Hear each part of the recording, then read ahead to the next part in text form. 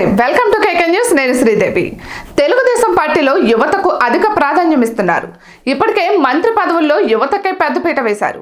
కేంద్ర మంత్రివర్గంలో సైతం ఇద్దరు యువ ఎంపీలు చోటు దక్కించుకున్నారు.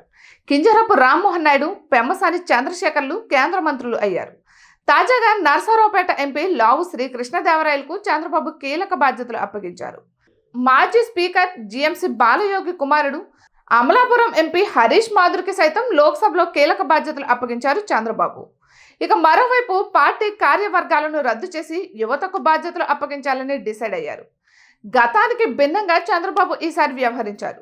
ఎన్నికల్లో టికెట్ల కేటాయింపులో ఎక్కడా మొహమాటాలకు పోలేదు. పొత్తులతో ముందుకు సాగడంతో 31 అసెంబ్లీ, 8 పార్లమెంటు స్థానాలను వదులుకున్నారు.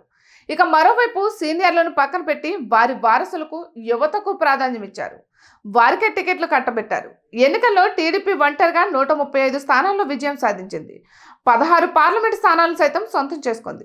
కానీ చంద్రబాబు సీనియర్లను పక్కన పెట్టి యువతకు కేబినెట్లో స్థానం కల్పించారు. వేమిరెడ్డి ప్రభాకర్ రెడ్డి, మాగుంట శ్రీనివాసులు రెడ్డి లాంటి సీనియర్లు ఉన్న శ్రీకాకుళం పార్లమెంటు స్థానం నుంచి హ్యాట్రిక్ కొట్టిన కింజరాపు రామ్మోహన్ నాయుడు కేంద్ర కేబినెట్లో చోటు కల్పించారు. ఇక గుంటూరు ఎంపీగా ఎన్నికైన పెమ్మసాని చంద్రశేఖర్కు కేంద్ర సహాయ మంత్రి పదవి దక్కింది. తెలుగుదేశం పార్టీ పార్లమెంటరీ పార్టీ నేతగా నర్సారావుపేట ఎంపీ లావు శ్రీకృష్ణదేవరాయలను చంద్రబాబు ఎంపిక చేశారు. ఈ ఎన్నికలకు ముందు వైసీపీ నుంచి టీడీపీలో చేరారు శ్రీకృష్ణదేవరాయలు. ఇక టీడీపీ టికెట్పై పోటీ చేసిన ఆయన 1,59,729 ఓట్లతో గెలుపొందారు. ఇక చంద్రబాబు నమ్మకాన్ని వమ్ము చేయకుండా అత్యధిక మెజార్టీతో గెలిచారు. దీంతో ఆయనను తెలుగుదేశం పార్లమెంటరీ పార్టీ నేతగా ఎంపిక చేశారు చంద్రబాబు. మరోవైపు లోక్సభ మాజీ స్పీకర్ జీఎంసీ బాలయోగి కుమారుడు హరీష్ మాధుర్ అమలాపురం ఎంపీగా ఎన్నికయ్యారు. 3,42,000 ఓట్ల మెజార్టీతో విజయం సాధించారు. ఆయనను లోక్సభలో పార్టీ విప్గా నియమించారు చంద్రబాబు.